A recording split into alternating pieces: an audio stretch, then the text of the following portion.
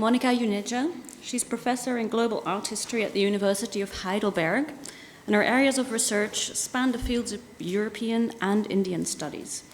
Her work is focused, amongst others, on multi-centered modernism and heritage as a transcultural concept. Okay, good morning, everybody. It's wonderful to be here. Thank you so much, Kitty and Wayne and Mette for this invitation, and thank you, Anke, also for your kind introduction. And a big thank you to all of you who made this wonderful exhibition possible. It's one of the most memorable ones I've seen in the recent years, and it's been very inspiring, and some of the ideas I'll try and bring into this presentation. As Kitty just explained in her introduction, and also in the concept note that was sent around to us, which asked if we could think of a politics of the imagination. Can the imagination be seen as a way of constructing the world? And then it further goes on to say what are the ways in which artists imagine the world, and how the artists imagining the world can help us constructing a possible future.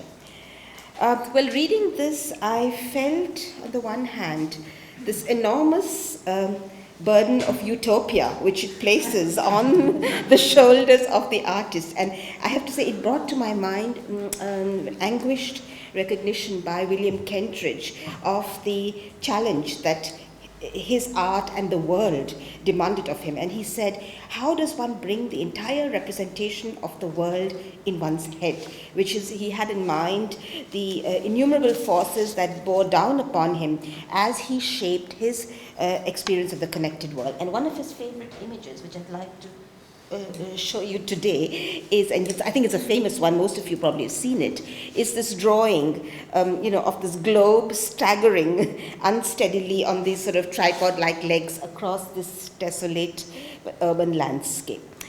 So, in this sense, I will not pretend that I have the answers to all these important but big questions asked here, and certainly I cannot rattle them off in 15 minutes. So what I'll do is I'll talk about some of the issues that I've been mulling over these past years while relating to contemporary art, and hoping maybe we can talk about these together. And this is more so after having got to know Maya Line and her work, and seeing this sort of stunning museum exhibition yesterday at the Museum of the La Canale. So let me preface my remarks by one observation, which is that in any talk of contemporary art, the two words that we immediately associate with it are global and the world. And these are two words, and both of them figure in the title of this symposium. We tend to use them interchangeably, but it might help if we think about conceptually differentiating one from the other. The globe as both a material artifact and an abstraction, and its expressive power lies really in the ideological representation of this world to which it purports to give a tangible form. It helps, masterfully visualize the earth as a totality, as universal form. And we've seen since early modern times, since its invention, it has been what has been called an affective object, and it wields this magnetic pull as a kind of an affective symbol too. We've seen this also in Shenzhen's in installation in the museum, of which Kitty also talked about. So this is the globe as an abstract universal form. The world, on the other hand, and this is also this tension which is inherent in the work Shenzhen has offered us. The world as an inhabited space, as real, as marked by tangible features, memories, relationships, connections. The world is what the artist and all of us are anchored in. A world could be locality, it could be region, it could be a trans-regional constellation. The world, if you like, is what we carry with us when we traverse the globe.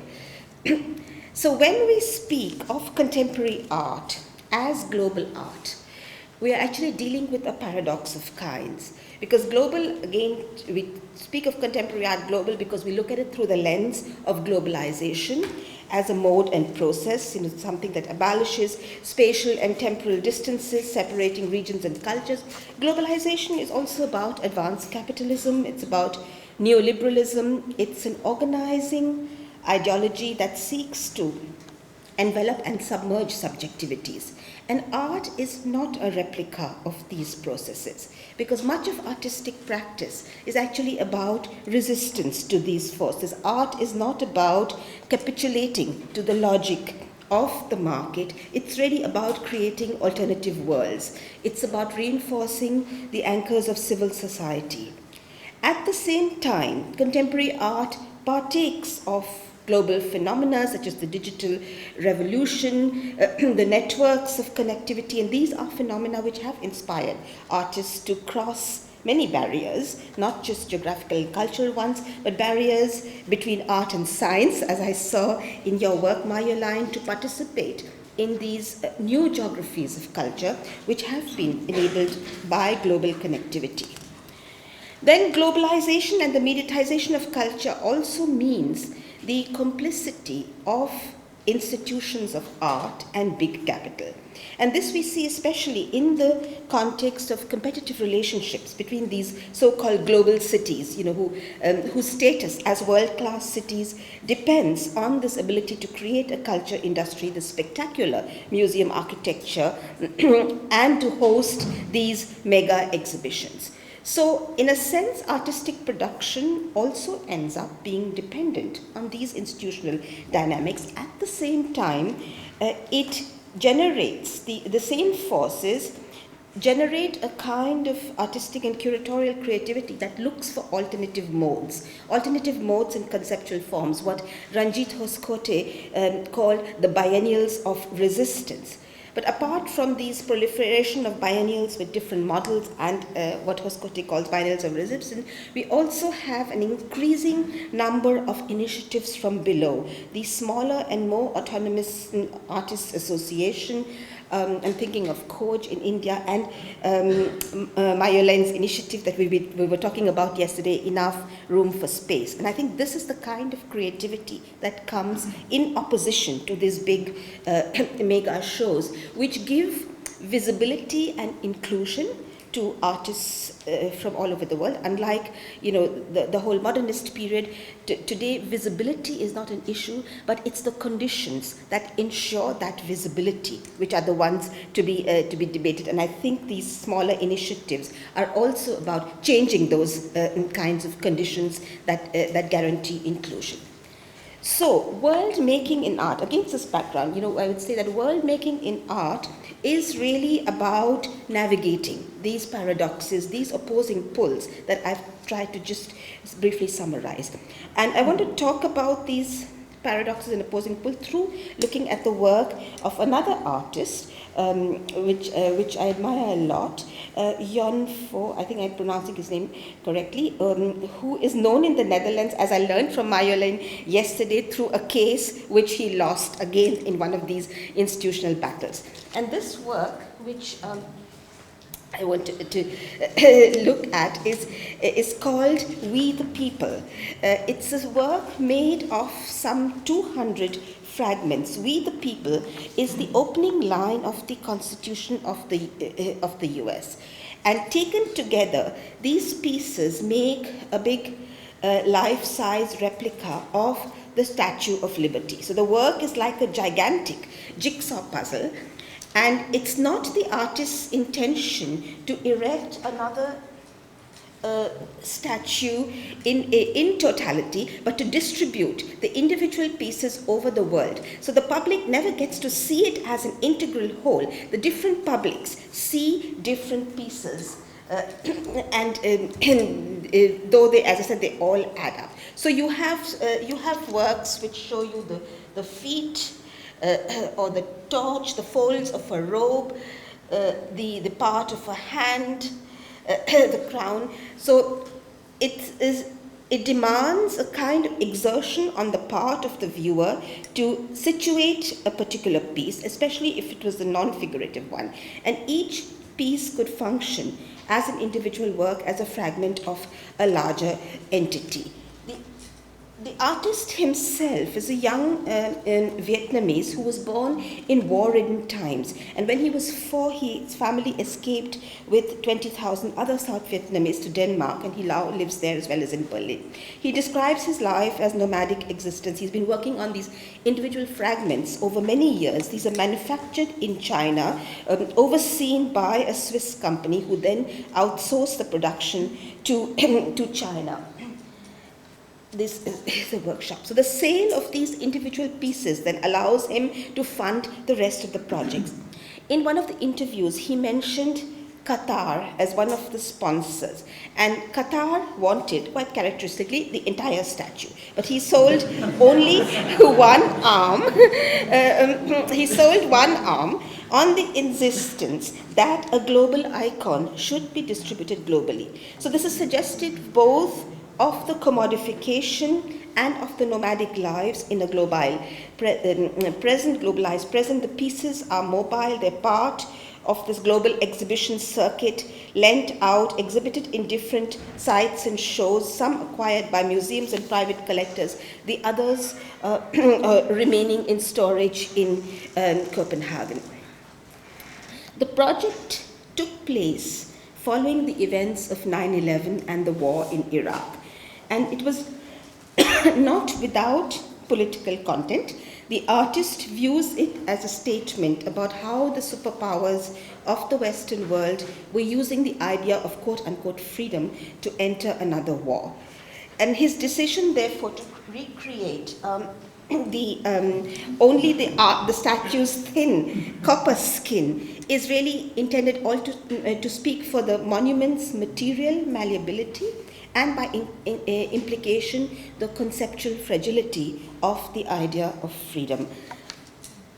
Now, if we were to cull these elements from this different story, we can get a glimpse into the politics of the imagination in contemporary times. It's about nomadism, it's about these globalized networks of production, it's about identity and fluid identities, and artists from Vietnam living and practicing in the West, traveling all over, using his work to stage a critique of this, in Chakravarti's sense, also this Janus-faced quality of liberty from its inception. Liberty, the idea of freedom, which has inspired many struggles for freedom all over the world. Liberty was also used at particular times. Wars are fought in the name of freedom and liberty. Liberty was used to justify slavery when it was the basis of economic activities.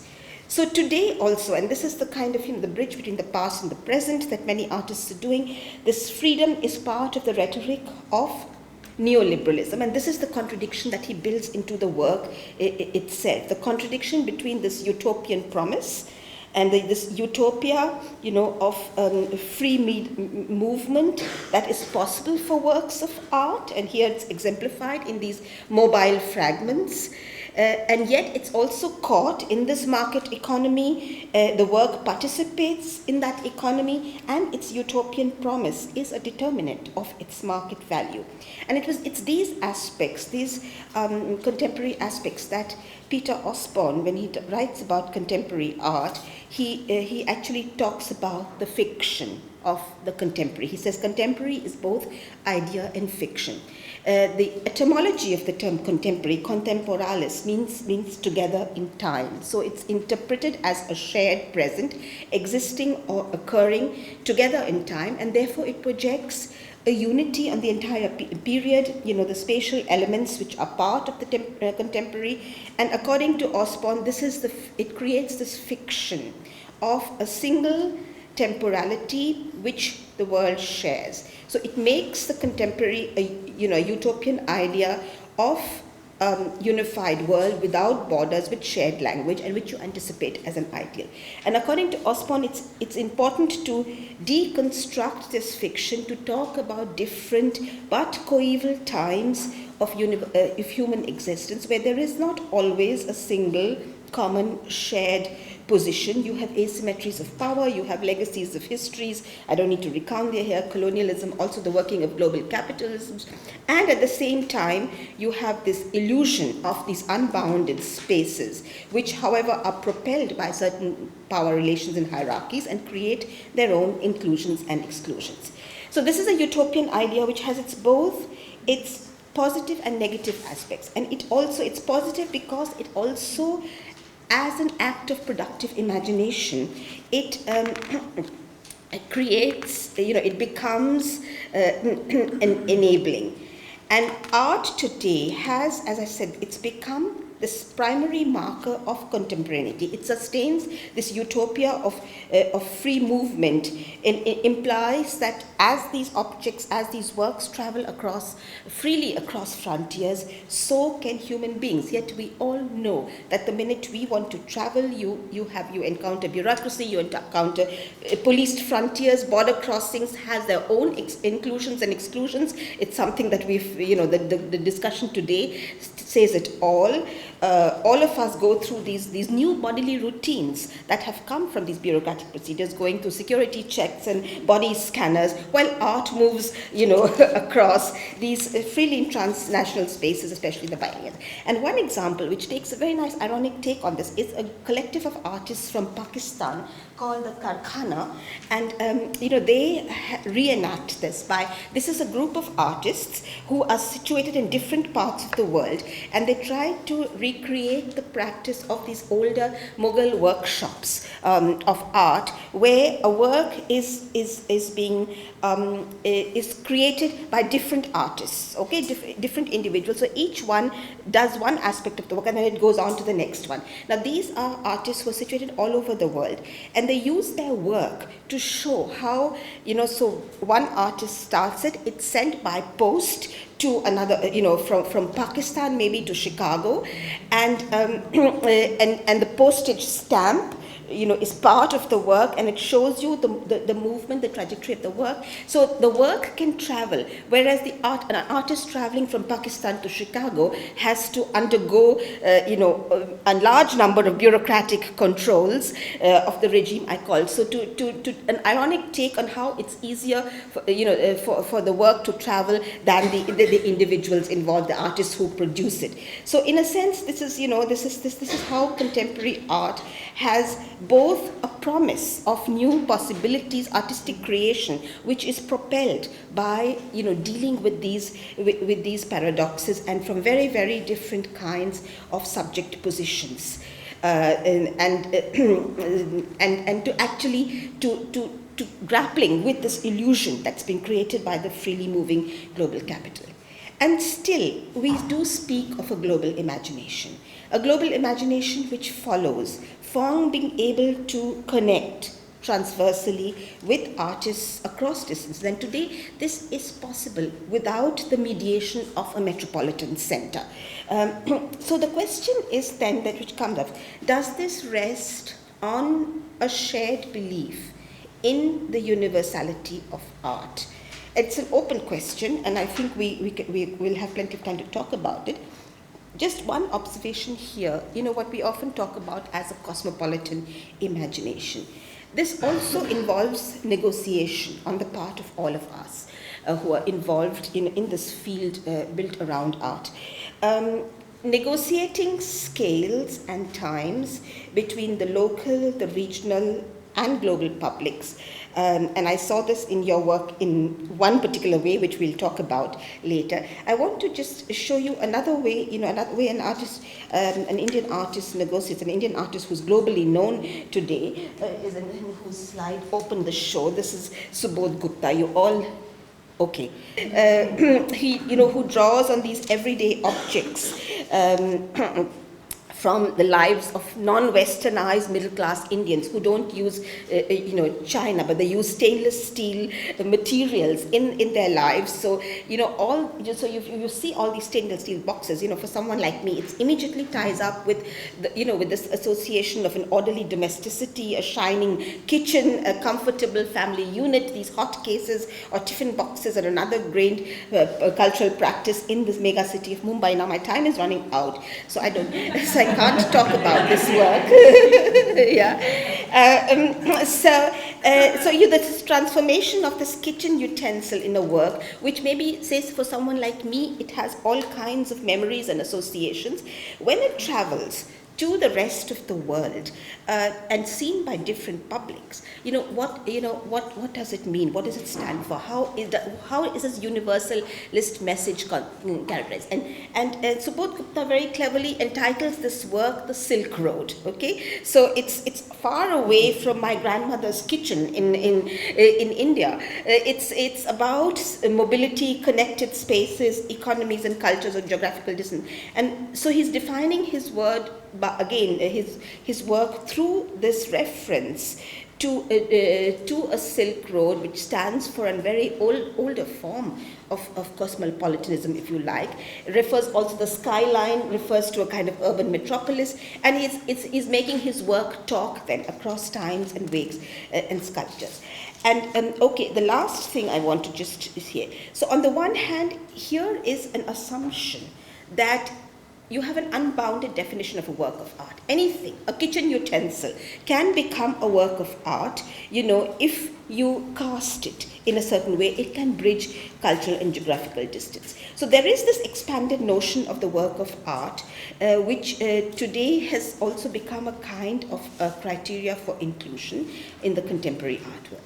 And yet, and this is the note I'm going to stop on, we are reminded today suddenly with terrible force when conflicts erupt over art. Today, we have, there is violence, there is censorship on works of art right, around us. I mean, I don't have to remind you of Charlie Hebdo or the Danish cartoon controversy, or very recently the censorship earlier on Chris O'Philly's, the Holy Virgin Mary. This was some years back, and very recently in the Biennale of Venice, the Christoph Buxel transformed this Misericordia Church into a mosque space, which got censored, as many of you knew. It was so. What is this other kind of boundary that is also equally a product of a universally collected artwork? Do we all share the notion that there's a clear distinction between an aesthetic and a cult object? Is there a universal understanding of art which we share? How can we deal with the kind of violence and the conflicts which erupt, which threaten us around works of art, around buildings, around installations like this one?